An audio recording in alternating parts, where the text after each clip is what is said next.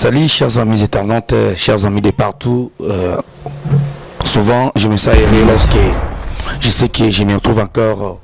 une fois de plus de nouveau dans vos maisons, par-ci par-là. Et aujourd'hui on va essayer d'élaborer un sujet ensemble avec vous. Un sujet qui concerne notre pays. Quand vous voyez sur mon plateau, sur cette table, vous voyez il y a un drapeau qui flotte, c'est le drapeau de notre pays Congo. Et notre pays en Amérique a flag en anglais. Et je crois nous sommes en train de préparer une émission qui va être organisée demain, qui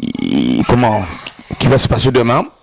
Et cette émission va parler du Congo. Cette émission va parler du Congo. Et il y a un lolo naïkara na pesabino moi flash qui est au lobby la vraiment Congo par rapport à Nyonso. Moni Congo zamboka na biso Congo zamboka mo boui ou zamboka ba richesse boka ba bébélé mais tout moni ba bouzo ba blague leki. Finalement date où elle est 19 au bat et commis par-ci par-là le 19 et commis on dirait date ya bonana ou soit date ya anniversaire soit pays lumumba de tout éviter. Mais moi je pense que lobby vraiment tout ça l'émission dans un invité na koyamba ba bazali ba roloba ou ba rolobi la pona mambo kawana et depuis tout soit indépendance style lo indépendance en to ba de la nini mboka na biso izalara mbilinga mutu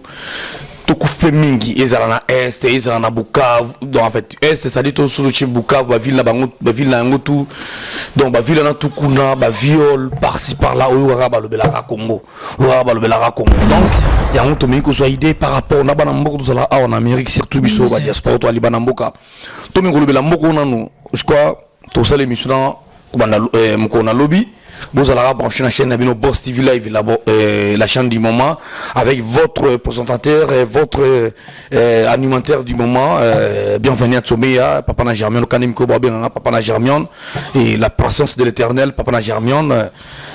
Donc, Ndeganabing Mikolo, donc.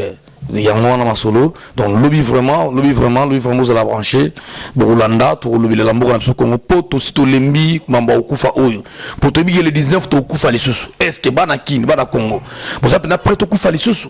est-ce que ba politicien wana nini ba lukana mboka na biso Congo est-ce que na oyo le loto solo minanzila ata oyo ko pouvoir wana et vous avez pété le comme mbilinga oboya olonga parce que pouvoir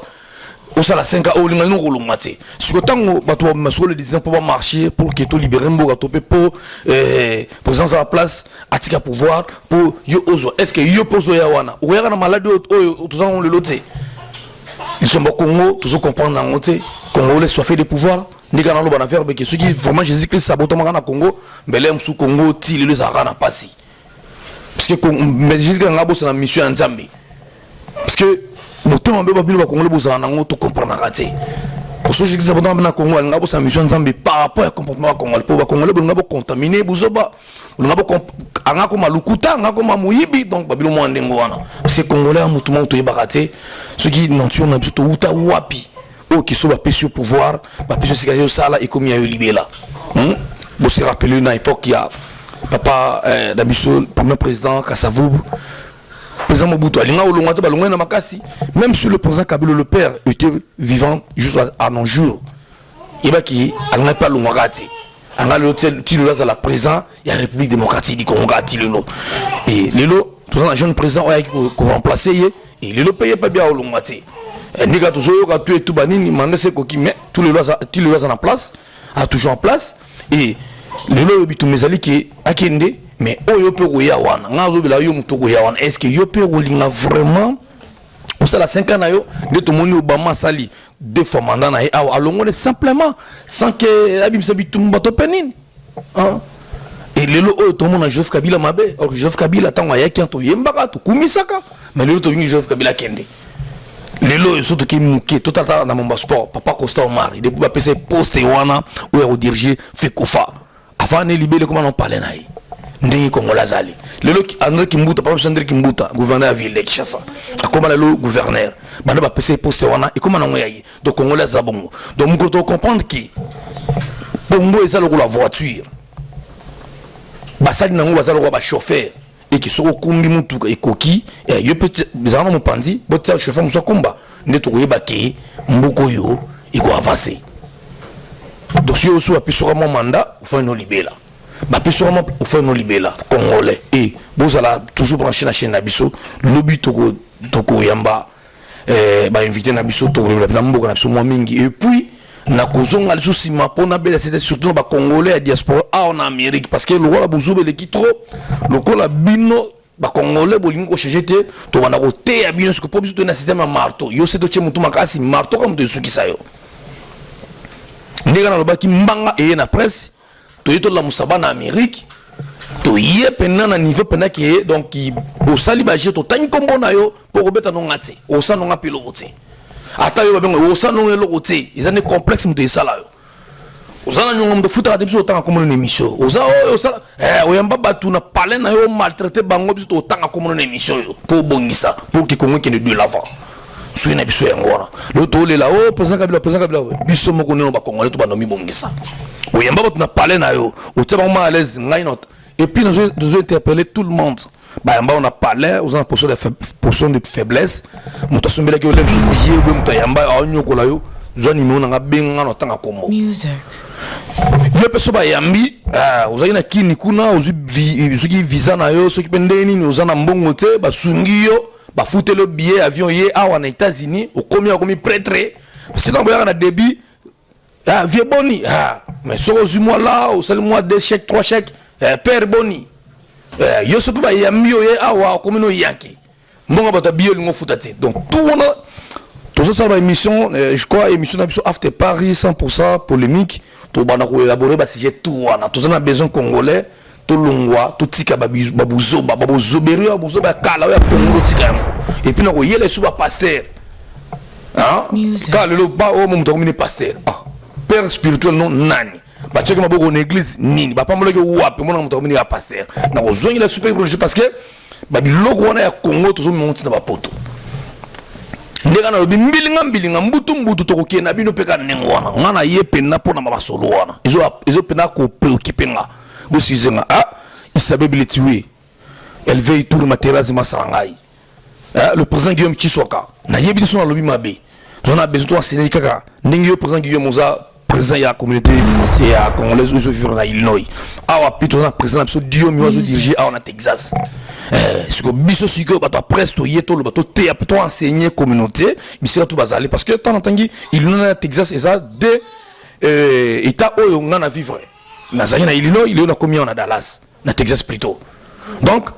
ndeka na bayi ke to yeto tsa mbutu to go beta ka ba le ga ndingwana zu ballon dégager ti okoyoka music oyambi mutu na parler na yo donc ou soit oyamba mutu place yo basala do laksai musala ndeka yo kuto place osala ka yo mutu za mwasi on laksai musala e komi obeta ngonzem komi obeta ngotangwa so ngadem ba qualifier eti vraiment il va te masaranga wa se pêche lobby bato ba yamba bato mo lokola ba to sela ba grotte lokola mama Maria to ke no fuka mama mikoneso merci ya po sunga non soko sunga batu to pe ba yamba ki ba sunga ki mutu moko te alongwa kongwa kota na avion na mutu kana ye to pe na lupango na ye to ya to bandaka na mwa ndengona kaka après to zuela male ce que ça singa c'est que yo pe ba salisa yo ya moni boss TV live la chaîne du moment vous êtes Mukanya Fall la baronne d'abord mi bala semble pour vous avoir passe quoi donc il m'a solo ngwana quoi donc on a mon bébé Iverson on a Jamion Ngombo on a Bivance le nœud de la famille ça m'a plaisir parce que ma solo même moi ça n'a pas si le soka baki ya bino bato balaka na mikili bomeka otea ba population parce que nous avons moins expérience ça déjà par rapport le biba 5 ans tout le monde ndema ki makambo etambola alors tant que le 19 et c'est le 19 en haut et comme date d'anniversaire non mona ke na banga po makile tanga na so banga fo makile ko tanga par rapport bunu boyebi le so bat ba marché mais ça c'est beta bat badara combien de personnes batiki basi bana likolo ba politicien et le ba politicien ngo so azui place abati ba vitre la car et comme parfumé ayebi subinoté o bisun tonyo bisun to kufaka et ba diaspora tout au besoin à l'étranger. Moi je pense que ça c'est notre pays, bon drapeau ça nous concerne. Comment on s'attend à ne pas faire concert? Ok, c'est bon. Mais toi qui t'appelles en mort, tout le monde va rester en mort. Tant qu'on peut faire un concert, comment bokanga qui est culture qui est liboso parce que tant à l'époque là qu'on fait le mida betna Olympia tout le monde disait faut maman qui va miser tout pour se produire même les vieux oiseaux quand ils ont betna Olympia mais là on est au musique tout le monde culture bisomoro et tout le monde rappelle binomoro pas combattre au Olympia bah là moi j'ai fait mon travail je suis au milieu du village parce que un journaliste un bon animateur doit être au milieu du village. Je ne suis pas combattant, je suis ni du pouvoir, ni je sais pas. Je suis le boss américain bien fait mais on a comme la maçon marque qui n'a pas boyebi et toujours il n'a pas exhorté moi on soit Congo pas aux alliés congolais du sang hôtel mapo na mboka na yo dans les bons sens. Même le 19 wana si on peut prier à Dieu. Donc on s'amène tout faire sur plateau Samson Nzambe pas ko sala ke ah asimpe monter matata mon konzi abi ah ba ya na salipe 3 15 ans en 3 msozo bonga. Ole tout mananzi là tout ça souper ceux qui pensent dans la qui hier au 120 ans totika ya sana musala moi j'étais au Congo na moni ma prince de kuma minene na moni tu et tout ces jeunes présents ça na épée quand même ça épée quand même bon toujours va péter mais sauf que il faut ba yelo moko le Congo est en train d'être dirigé par les occidentaux moi le ba souvent Congo ça le là soit Afrique ça le la télévision et télécommande des AA. Bon mata bokita. Alors, on a dans le 19. Dans ce pélaté qui est Batouba Bima. Parce que Batouba Kokufa. Attends, yo comment nous américains sont en États-Unis. Mais yebaki, tu as des gens que tu as laissés au Congo. Je suis bien sûr que non. Petit frère nayo, grand frère nayo, Azuli Sassi. Au ce pélaté. Le 19 septembre. Music.